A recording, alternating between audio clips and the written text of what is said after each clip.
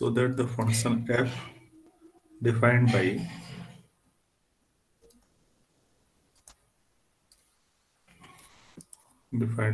fn equal to n to the power k is multiplicative.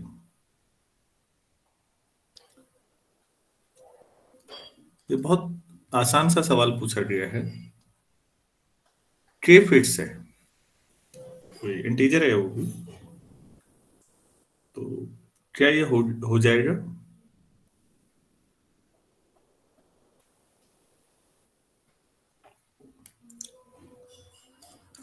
मान लेते हैं m और n दो नेचुरल नंबर आप ऐसे ले रहे हैं सच दैट जो रिलेटिवली प्राइम है, जीसीडी mn 1 है। अच्छा, नाउ f ऑफ mn कितना हो जाएगा डेफिनेशन के हिसाब से? mn की power k। Yes sir. m और n तो नंबर है बच्चों, तो m की पावर k n की पावर k लिख सकते हैं। Yes sir. अभी मैं अलजेब्रा पढ़ा रहा होता तो नहीं लिख सकते थे ना, लेकिन नंबर थ्योरी है, नंबर्स है, नंबर्स में कम्यूटेटिविटी कोई बड़ा इश्यू है नहीं। ये तो मेरे ख्याल से ओरल होने लायक क्वेश्चन है, फिर खाली सोच रहा था मैं इसे। तो f इज मल्टीप्लिकेटिव।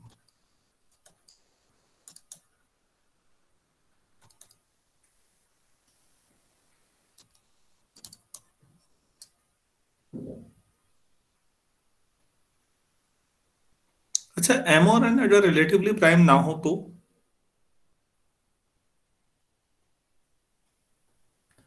हम लोग मल्टीप्लिकेटिव के लिए लेते हैं ना कंडीशन, क्या ये रिजल्ट तब भी सही है वैसे इस समय अगर जीसीडी mn 1 ना हो तो? तब भी सही है बच्चों। आप एक बात सोचिए ना, कहीं पर भी एक सामान्य सा नंबर लेते हैं, 8 × 10, ये रिलेटिवली प्राइम नहीं है और किस इसी की पावर कुछ भी कह लिया आपसे, माना 12 कह दिया, तो क्या इसे 8 की पावर 12 × 10 की पावर 12 कहने में कोई दिक्कत है? No sir. नहीं है ना। तो बच्चों नोट करके ये भी लिख लीजिए कि here above result is true even when GCD mn is not equal to 1। मतलब तब भी सही है वैसे ही, ज्यादा ही एडवांटेज मिल गया इसमें तो।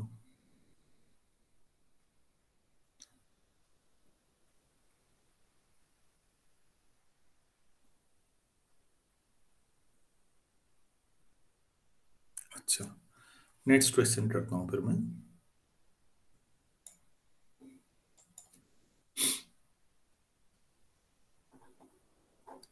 बटन साहब ने काफी मेहनत की है क्वेश्चन सिलेक्शन में। Let f and g be multiplicative functions, f and g multiplicative functions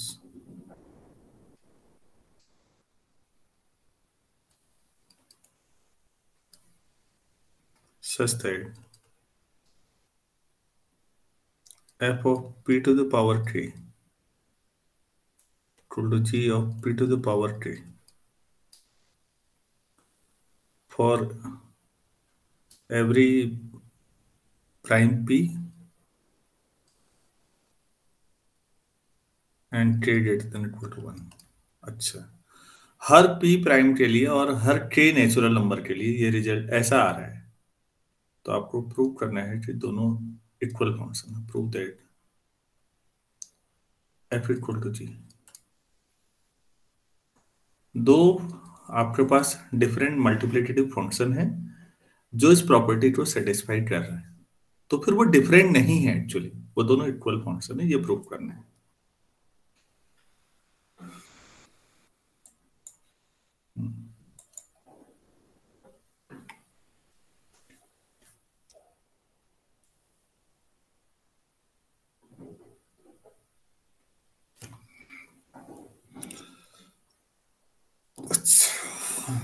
तो दो फंक्शन बराबर होने का मतलब है बच्चों कि हर इंटीजर पर दोनों की वैल्यू बराबर आनी चाहिए ना, फॉर एवरी एन। क्या यही करना हुआ, या हर प्राइम पे बराबर आनी चाहिए प्रूफ करना पर्याप्त है?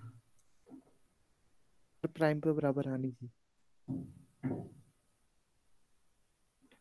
अगर ऐसा हो जाए तो फिर तो बहुत ही अच्छा है। सर नॉर्मली हर पॉइंट पे प्रूफ करना पड़ता है, पर इस क्वेश्चन में हमको प्राइम के लिए करना है, पर हम लेके सब चलेंगे कि सब सभी जगह चीज बिल्कुल पहुंच। बिल्कुल, वो हर पॉइंट पे डोमेन के जैसे दो फंक्शन है ना बच्चों, इक्वलिटी का मतलब डोमेन सेम होना चाहिए सबसे पहले तो, और डोमेन के हर पॉइंट पे वैल्यू सेम होनी चाहिए, फिर तो दो रहे ही नहीं, वो एक ही हो गया। यही करना भी है। चलो मैं एक नेचुरल नंबर लेता हूँ, देखते हैं। आसान चीज है मेरे ख्याल से, तो होना चाहिए बहुत ज्यादा। अब उतना टाइम मुझे भी नहीं हो पा रहा है, कभी कभी मुझे लगता है कि क्वालिटी खराब हो रही है। होमवर्क के लिए समय भी तो चाहिए, कब करूं? Let n belongs to n।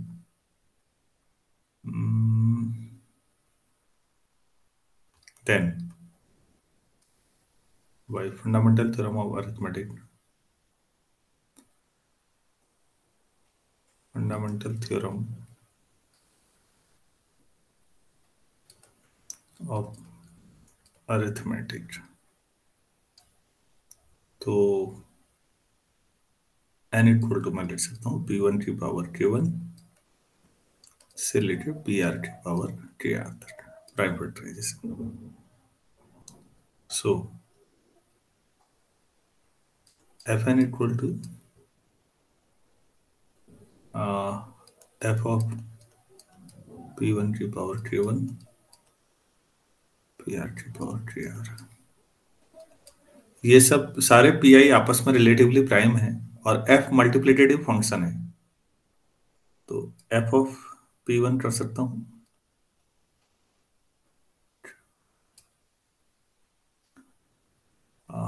हो गया मुझे लगता है, एफ ऑफ पी आर की पावर के आर लिख सकते हैं ना, क्योंकि एफ मल्टीप्लिकेटिव है इसलिए ऐसा लिखा हुआ है। तो इन चीजें क्या लिख दूं एक सर बार? G of P I to the power K I हाँ, एन। बस मेरे ख्याल से ये तो हो गया शायद सवाल फिर।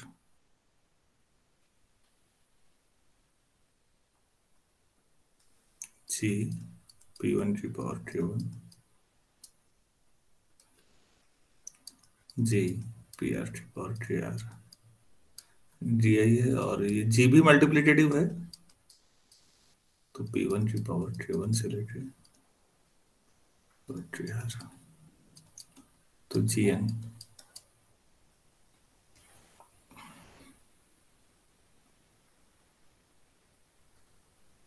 तो फिर हो गया मेरे ख्याल में, हो गया इस कंडीशन में, तो हो गया। मल्टीप्लिकेटिव होने का बड़ा रोल था, साइड में लिखते रहिएगा कि कोई भी चीज आपने कैसे लगा दी। तो F N equal to G N आ गया, and this is true for every any आ गया डायरेक्टली, हो गया फिर एफ इक्वल टू जी।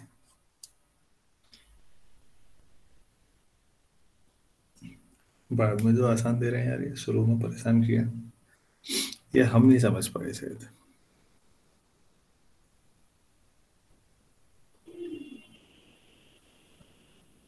चलिए नेक्स्ट क्वेश्चन करते हैं।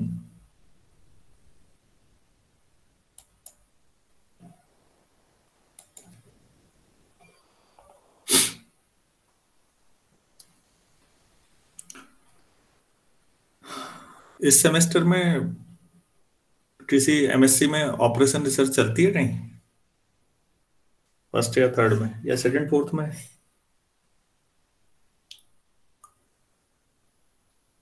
एमएससी वालों का पूछ रहा हूँ।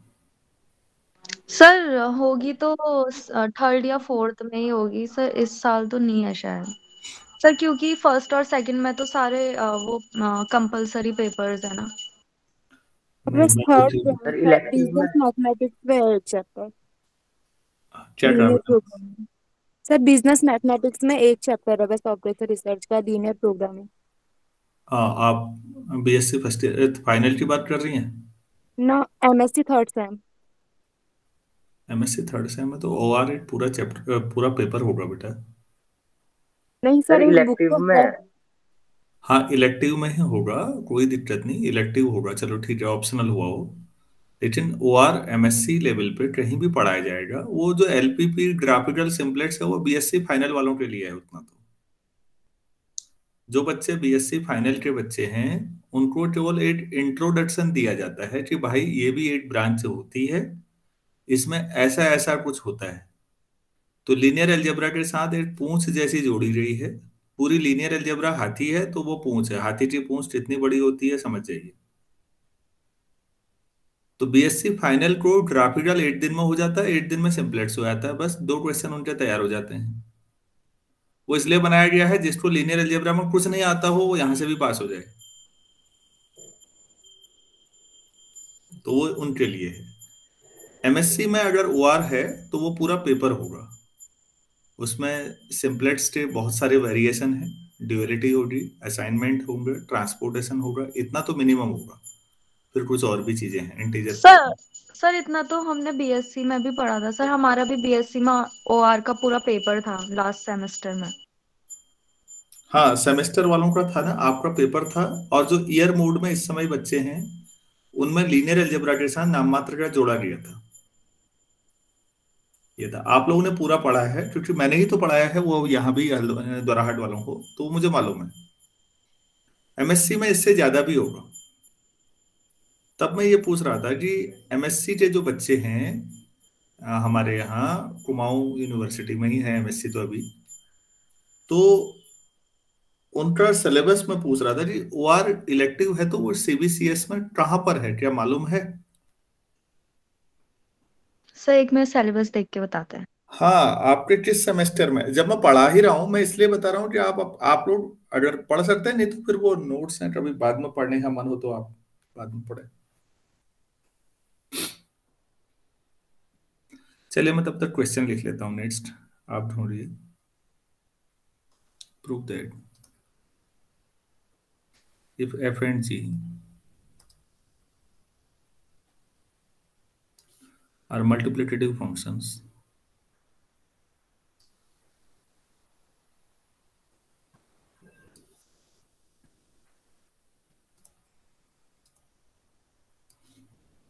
then sir so fourth semester में।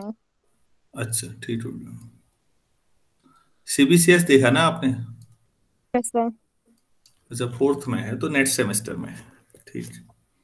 मैं तो इसलिए कह रहा था क्योंकि पढ़ा ही रहा हूँ, तो वो जो बच्चों को पढ़ाना पड़ा वो मध्य प्रदेश में उज्जैन के बच्चे हैं। उज्जैन में एक कॉलेज है नाटदा, वहाँ के बच्चे हैं। तो यहाँ हमारे यहाँ से एक मिश्रा जी वहाँ फिजिक्स टीचर बन गए हैं। अब वो परिचित हैं, बेरीनाथ कॉलेज में थे पहले। अब मिश्रा जी का प्रेशर रहता है, सर हमारे बच्चों का, हमारा मैथ्स टीचर भी चले गए, एक ही टीचर था, एक टीचर था बीएससी फर्स्ट ईयर से एमएससी फाइनल तक, और वो भी चल दिए। हमारे बच्चों का क्या होगा?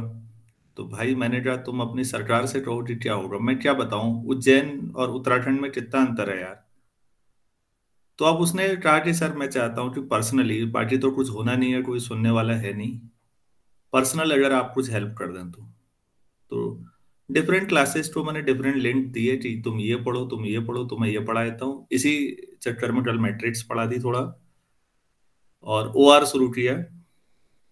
रियल एनालिसिस कह रहे थे, मैंने कहा लेक्चर देखने हैं तो पढ़े हुए हैं यूट्यूब पे, इस समय रियल एनालिसिस पढ़ाने की स्थिति नहीं है, समय नहीं है मेरे पास।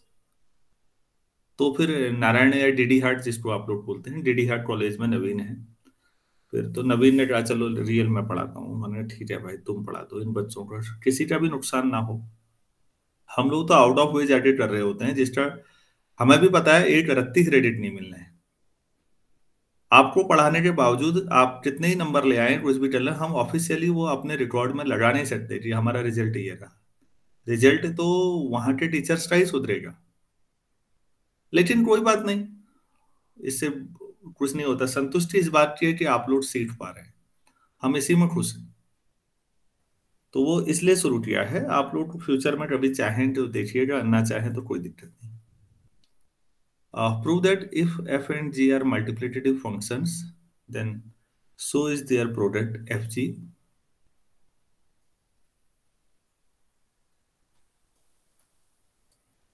And quotient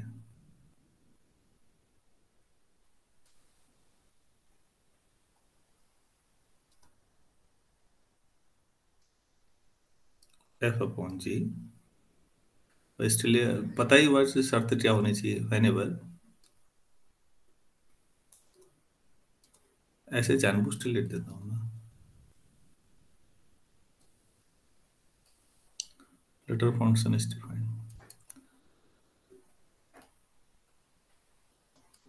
बच्चों ये LATTER का क्या मतलब होता है? सब बाद वाला। और दो में से बाद वाला, बिल्कुल सही बात है। तो F और G लिखा हुआ है तो जो दो है उनमें से बाद वाला मतलब G। तो LATER का मतलब होता है बाद में, और LATTER का मतलब है दो जो है उनमें से बाद वाला। चलिए अच्छी बात है, ये भी छोटा सवाल है। मतलब दो मल्टीप्लिकेटिव फंक्शन का प्रोडक्ट और कोसेंट भी मल्टीप्लिकेटिव है जब भी वो डिफाइंड होते हैं।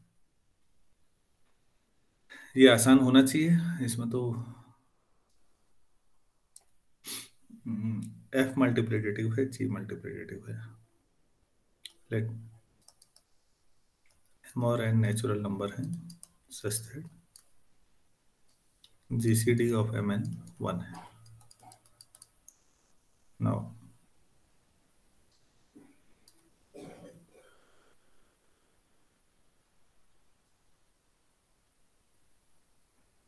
F of MN, F multiplicative है, FM FN। G of MN CM GN, ये दिया हुआ है। नाउ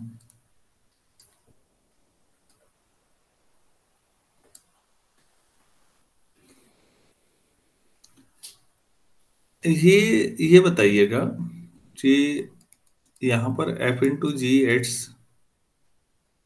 को मैं F ऑफ जी एट्स लिखूं या F एक्स जी एट्स हो रहा होगा, ये क्या होगा ये?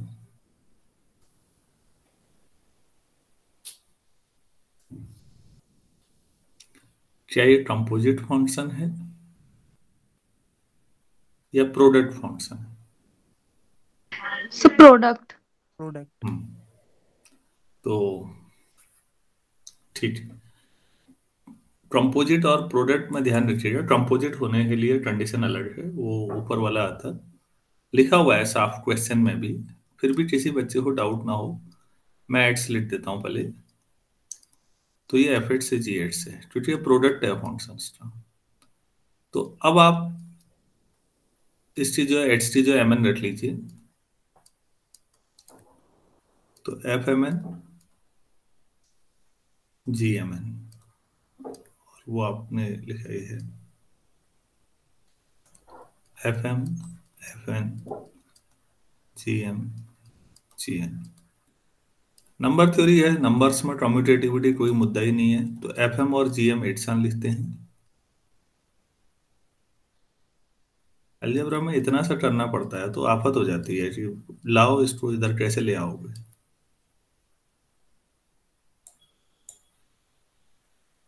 यहाँ तो आराम ही आराम है, कोई ज्यादा दिक्कत ही नहीं है। FM इंटू GM है तो आप इसको F इंटू GM और F इंटू G N लिख पा रहे हैं। F इंटू GMN को, this implies F into G is also multiplicative।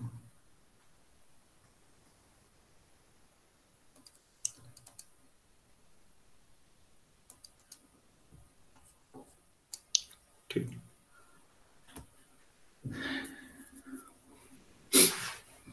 तो बच्चों ऐसा कोई रूल है कि F और G डिफरेंट ही होने चाहिए?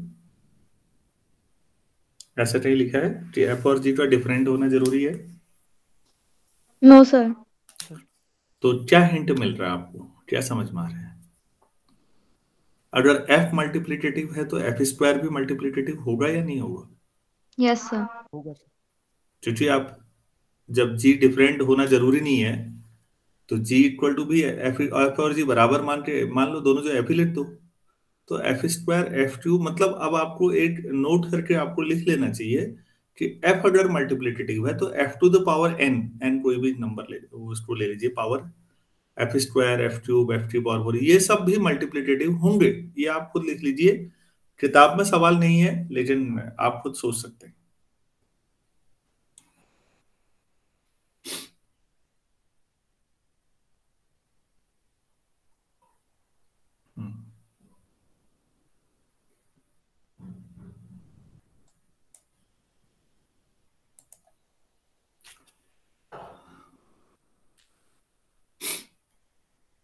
Again F upon G M N, इसका मतलब होता है एफ ऑफ एम एन और जी ऑफ एम एन, लेकिन एफ और जी तो मल्टीप्लिकेटिव है, तो F M F N upon G M G N. इसको आप F upon G M into F upon G N लिख सकते हैं। हो गया प्रयोग तो प्रूफ से दे, एफ अपॉन जी भी मल्टीप्लिकेटिव हो गया।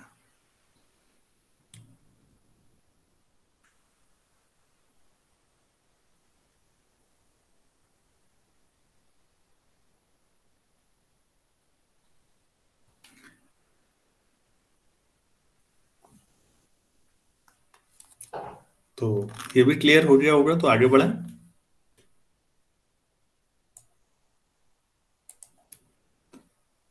नेक्स्ट क्वेश्चन है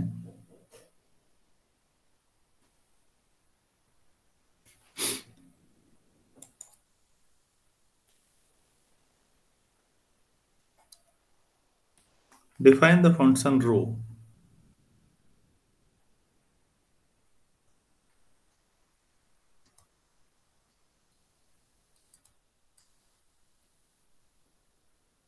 by taking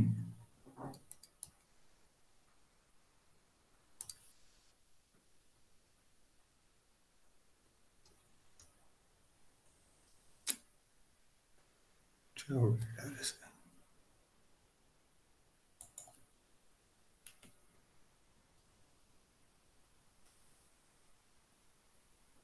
घूमने नहीं देता कई बार ये।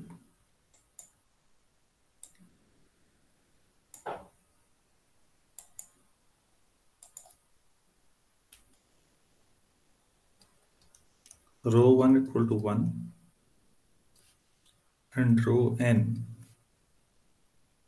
इक्वल टू 2 की पावर r।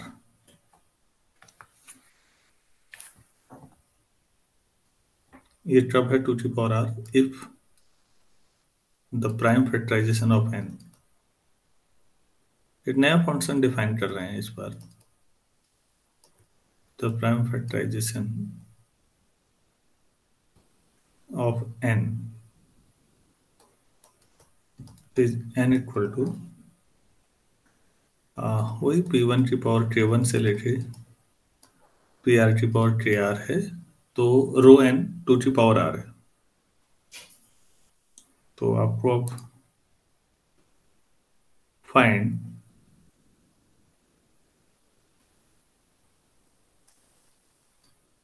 डिड्यूस, ज्यादा बेहतर होता, फाइंड शब्द सही नहीं है ना। तो डिड्यूस दैट, इस आधार पर इंफॉर्मेशन डिडक्शन करना है। Deduce that rho is a multiplicative function.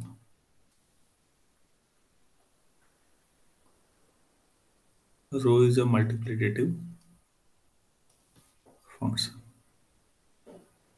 इस इंफॉर्मेशन के आधार पे आपको प्रूव करना है। और एक और है, find the formula for pillion. Find the formula for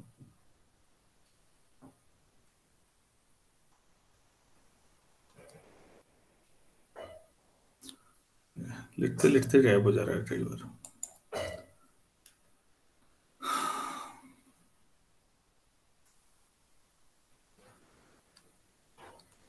F N equal to rho of D, कौन से डी? जो एन को डिवाइड करते हैं in terms of prime factorization of N, in terms of prime factorization of n।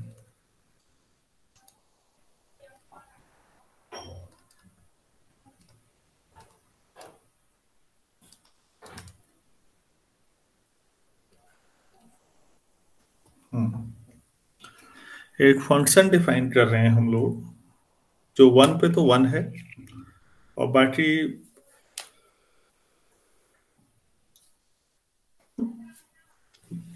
1 2 की power r है, तो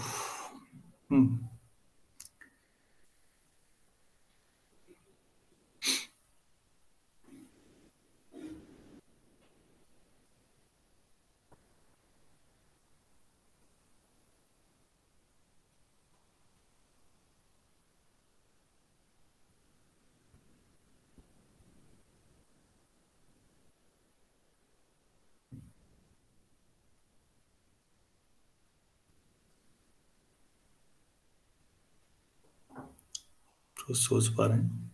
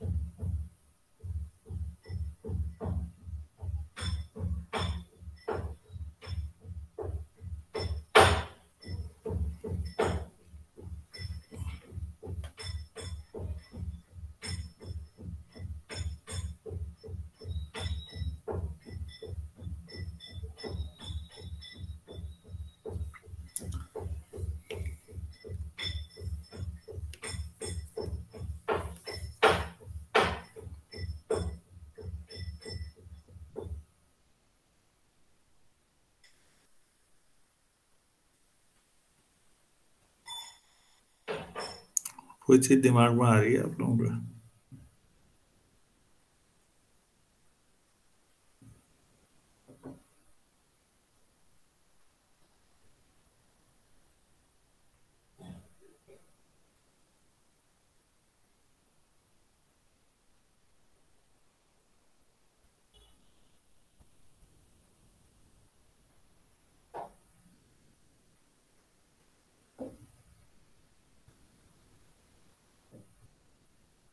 sir ये फंक्शन तो यही डिफाइन होगा ना, rho n is equals to 2 to the power r, जहाँ पे r जो है, जो इसके प्राइम फैक्टराइजेशन के पावर्स, जितने अलग डिस्टिंक्ट प्राइम्स आ रहे हैं वो है। क्योंकि 1 तो प्राइम है नहीं, तो 1 का हम प्राइम फैक्टराइजेशन कर नहीं सकते, इसलिए उन्होंने 1 का अलग से वैल्यू दे दी और फंक्शन की वैल्यू रो n दे दी। ठीक, सही है।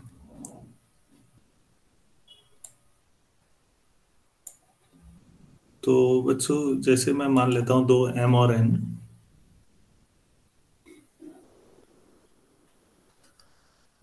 m और n दो नेचुरल नंबर हैं, सच दैट जीसीडी mn 1 है। ठीक, तो m को मान लेता हूँ मैं p1 की पावर k1 से लेके pr की पावर kr, n को q1 की पावर s1 से लेके qt की पावर st। तो ये तो मानेंगे आप कि दोनों के प्राइम फैक्टराइजेशन में एक भी प्राइम कॉमन नहीं आ सकता। अगर वो कॉमन आ गया तो जीसीडी फिर 1 नहीं रहेगा। Yes sir. तो सारे प्राइम पहले के जो हैं वो और जो दूसरे के हैं वो बिल्कुल सब डिफरेंट होंगे।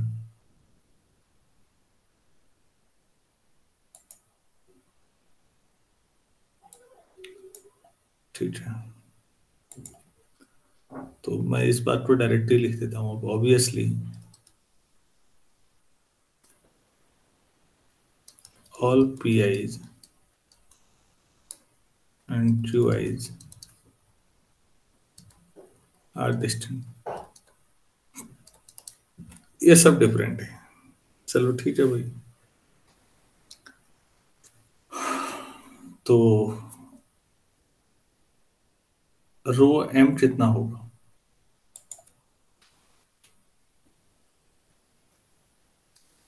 Sir 2 to the power r. Rho N to the Sir power t.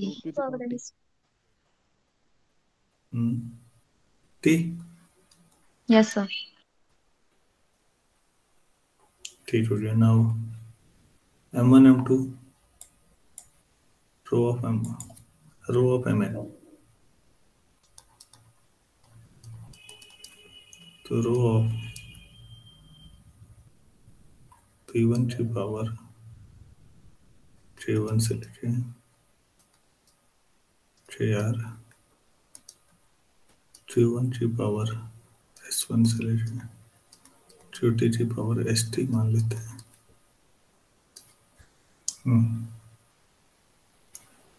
तो ये जितना हो जाना चाहिए। 2 की पावर में जितने प्राइम के पावर हैं, Yes sir. जितने प्राइम नंबर हैं ये आप ऊपर देखिएगा, यही तो था भाई।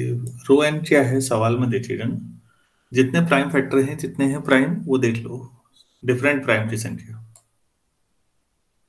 तो ये इतना आ जाएगा, मेरे ख्याल से हो जाना चाहिए, यही होना चाहिए लॉजिकली। Yes sir. 2 की पावर आर, 2 की पावर टी, तो रो एम हो गया प्रश्न। तो इसका मतलब है कि रो मल्टीप्लिकेटिव है। अच्छा, दूसरा डिवाइजर्स के लिए capital F N equal to this, तो एन के divisors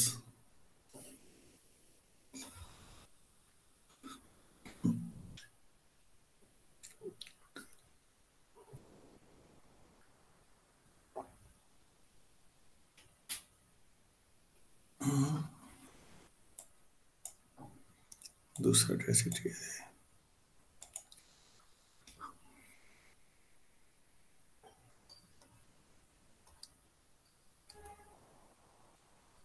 capital F N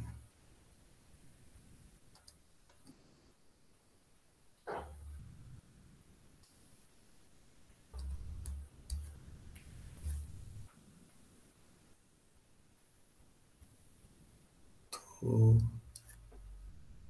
summation D divides N के प्राइम फैक्टर p1 की पावर k1 pr की power kr, rho of T. तो कौन कौन डिवाइड करेगा? Rho of 1, rho of p1, D वो सब वैल्यू हो सकती है ना जो इसको डिवाइड करें, Yes sir. तो p1 डिवाइड करेगा plus row of p1 square होगा, रो p1 की पावर k1 होगा,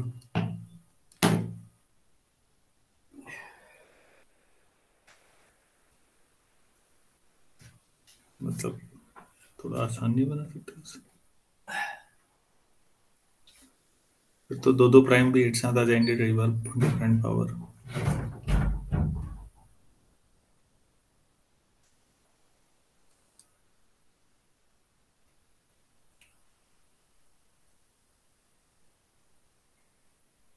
काफी टिपिकल एक्सप्रेशन आएगा और लास्ट में पूरा ही आ जाएगा।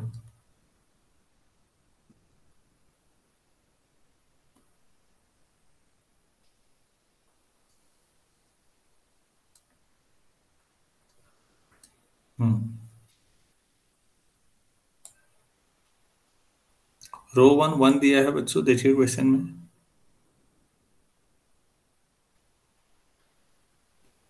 क्वेश्चन समझ रहे हैं? Yes sir. तो रो 1 तो 1 है। रो ऑफ p1 कितना हुआ चलिए बताइए। Sir 1. 2. हाँ ये कितने प्राइम है? एक ही तो है।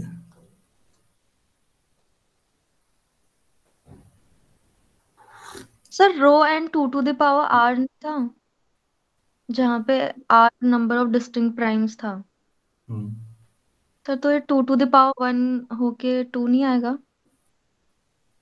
अरे सॉरी, हाँ 2 की पावर r, ठीक है। फिर अगले में 2 स्क्वायर। सर 2, सर अगले में भी 2 आएगा।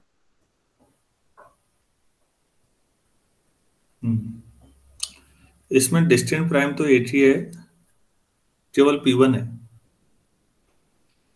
तो 2 की पावर 1 2 की पावर 1 K1 बार आ रहा है। Yes sir.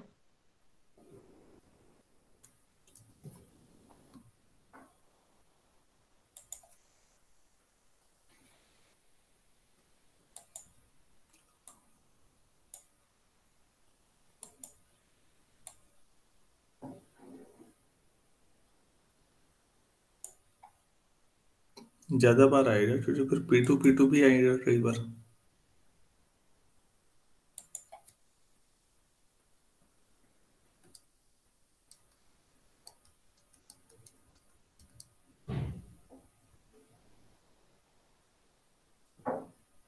कितनी बार आ जाएगा? 7 times. Yes sir. Yes sir. तो जब रो P2 से स्टार्ट करोगे तो वहां पर भी तो K2 बार आ जाएगा ये। Yes sir. तो टिपिकल फॉर्मूला बन रहा है।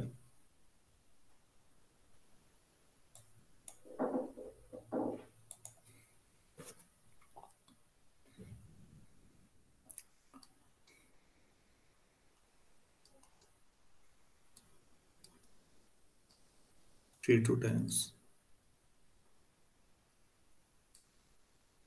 पहले तो यही बहुत बड़ा आ रहा था।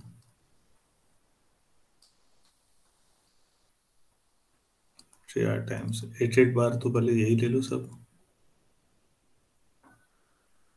अब दो दो भी ले सकते हैं। पूरे फैक्टराइजेशन को P1 की कुछ पावर इंटू P2 की कुछ पावर भी तो डिवाइड कर रहा है, एंड सो ऑन, ऐसा। Yes sir. तो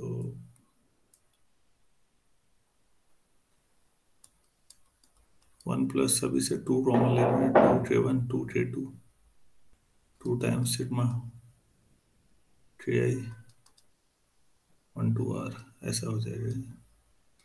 ज्यादा मत सोचो, लास्ट वाला सोचो। 2 की पावर R, ऐसा ही कुछ एक्सप्रेशन सोच पा रहा हूं मैं तो।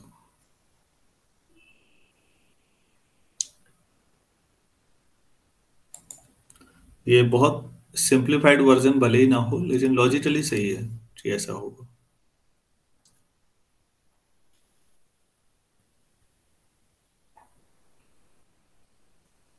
मैथ से ऐसी होती रहनी चाहिए, कोई जरूरी नहीं है बिल्कुल वेल फिनिश्ड हर चीज रेडीमेड बढ़िया सजा के करोगे, सोचोगे तो ऐसे ही बनेगा वो तो।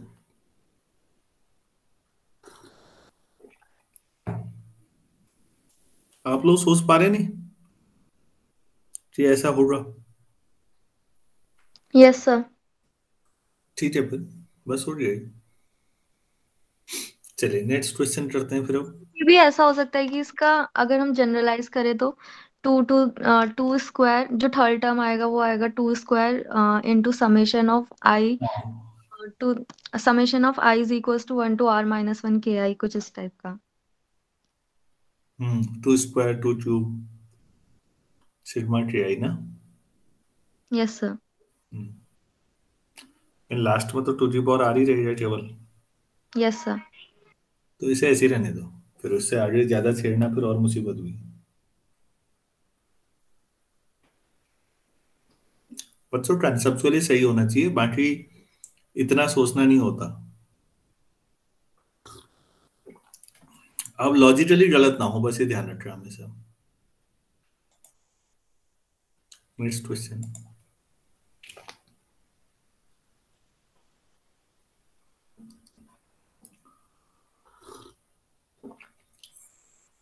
if n and n plus 2 are a pair of twin primes,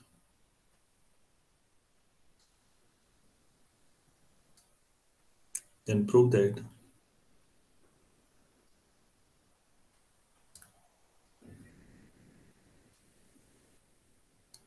sigma n plus 2 equal to sigma n plus 2.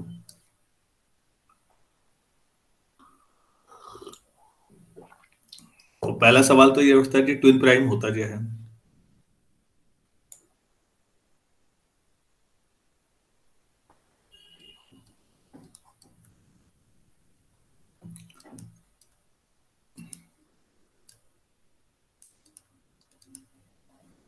दो प्राइम नंबर जिनके बीच का डिफरेंस 2 हो, जैसे 3 और 5, यस सर। 5 और 7, 11 13, 17 19,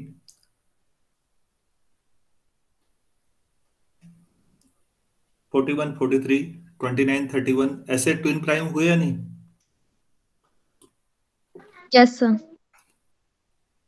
तो फिर हो गया। फिर ये ट्विन प्राइम है तो प्राइम भी हुए ही, तो सिग्मा एन कितना आएगा? अगर ये प्राइम है तो इसके दो डिवाइजर होंगे।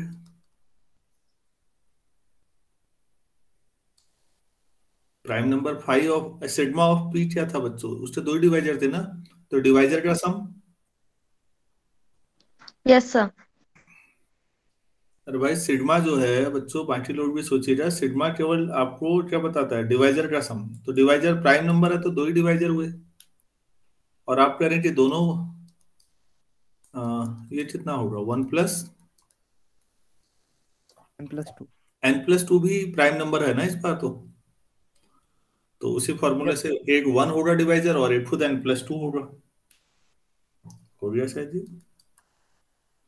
1 प्लस n प्लस 2, तो 1 प्लस n को लिख दो सिग्मा n। ये तो कुछ है ही नहीं फिर।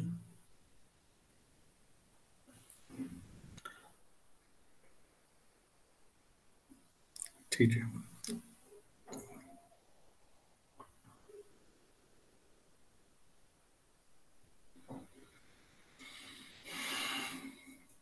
चलिए आगे बढ़ते हैं फिर।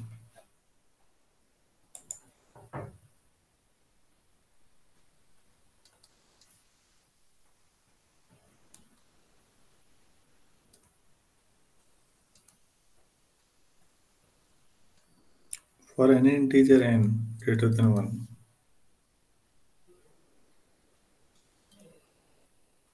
prove that there exist integers। ये एग्जिस्टेंस है, फिर परेशान करेगी फिर। Integers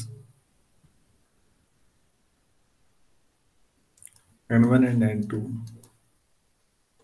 such that tau n1 plus tau n2 equal to n।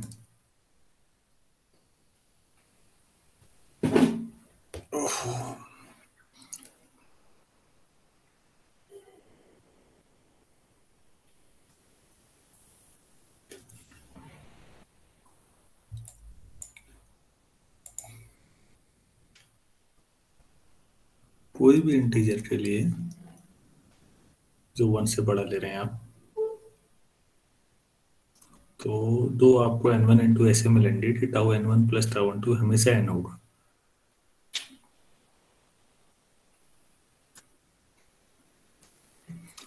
अच्छा,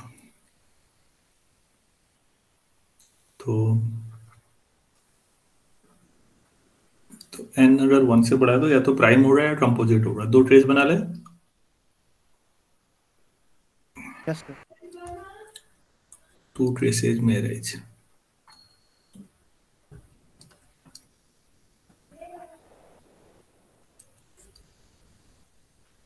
if n is prime number, तो 1 से बड़ा ही हुआ फिर वो। तो टाउ n प्राइम है तो उसके कितने डिवाइजर होंगे? 2।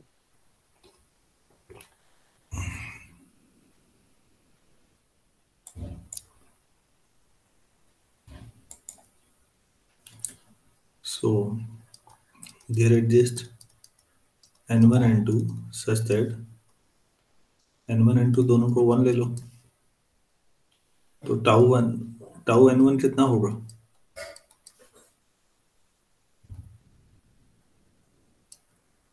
होगा नहीं होगा? 1 के कितने डिवाइजर हुए? सर 1 के 1। एक ही होगा। This implies tau n equal to tau n1 plus tau n2। ये तो बहुत ही बढ़िया रहा। सर हम्म क्वेश्चन में तो आपने लिखा है कि n is equal to tau n1 plus tau n2 proof करना है। आपने tau n is equal to tau n1 plus tau n2 proof किया। ओह सॉरी सॉरी सॉरी, वो इत्तेफाक ऐसा है कि इस बार दोनों प्रूफ हो गए।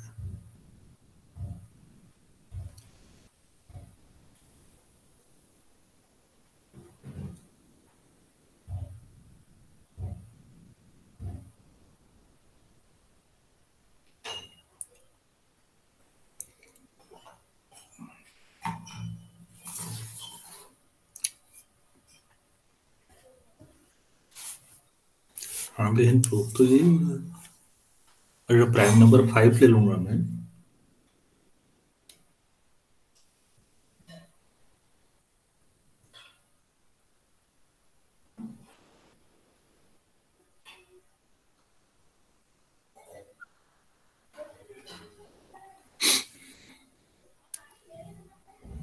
है तो एनी।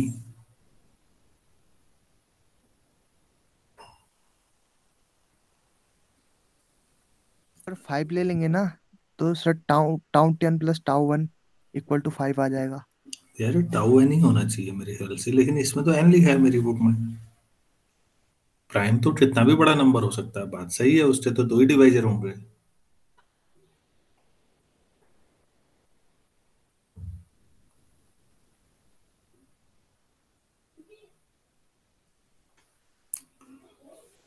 किसी के पास बुक है या कोई और बुक है जहां ये सवाल है?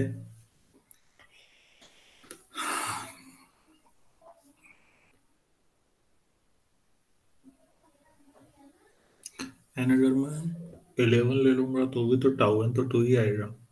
पर इक्वल टू एनी लिखा है इसमें। हम्म इक्वल टू में एनी लिखा है, टाउ एन नहीं लिखा है। टाउ एन लिखा है? नहीं लिखा है सर, एन एन लिखा है, एन। एन लिखा है ना? हाँ सर। हाँ वही, हाँ वही, यहाँ भी एन ही लिख रखा है, मैंने सोचा कि अब द मिस्टेक हो गई।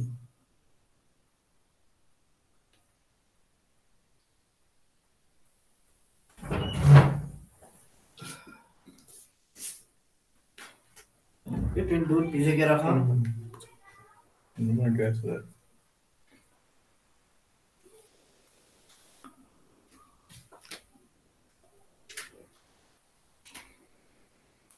ये तो दिक्कत है।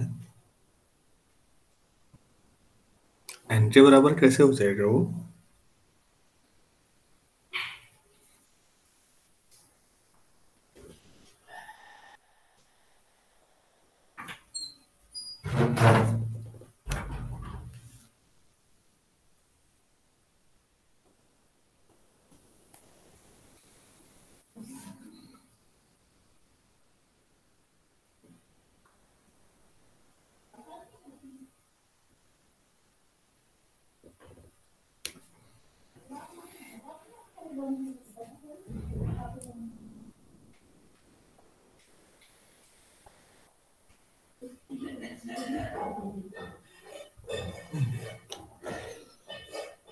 तो फिर बच्चों इसे रोका जाए फिर।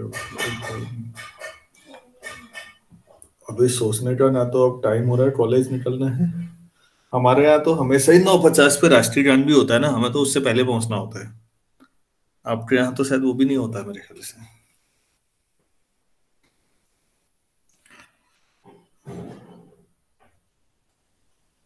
एक बार आप लोग सोचिएगा इसको, फिर जब दिन में फुर्सत मिलती है फिर ट्राई किया जाए। या कोई और बुक आपके पास होगी तो एक बार देखिएगा कि ये क्या है कहीं। हो सकता है नहीं हो, अभी तो मेरा नहीं बैठ रहा है, कंपोजिट में फंस जाए हम। अभी वो ट्राई नहीं किया, प्राइम फैक्टराइजेशन करके देखना पड़ेगा, टाउ n1 टाउ n2। अभी इतना ही चलना फिर। Yes sir. एक बार यस आप सर। लोग भी सोचिएगा प्लीज, अब क्योंकि मेरे पास टाइम नहीं है, अब कॉलेज जाने के लिए चाहिए।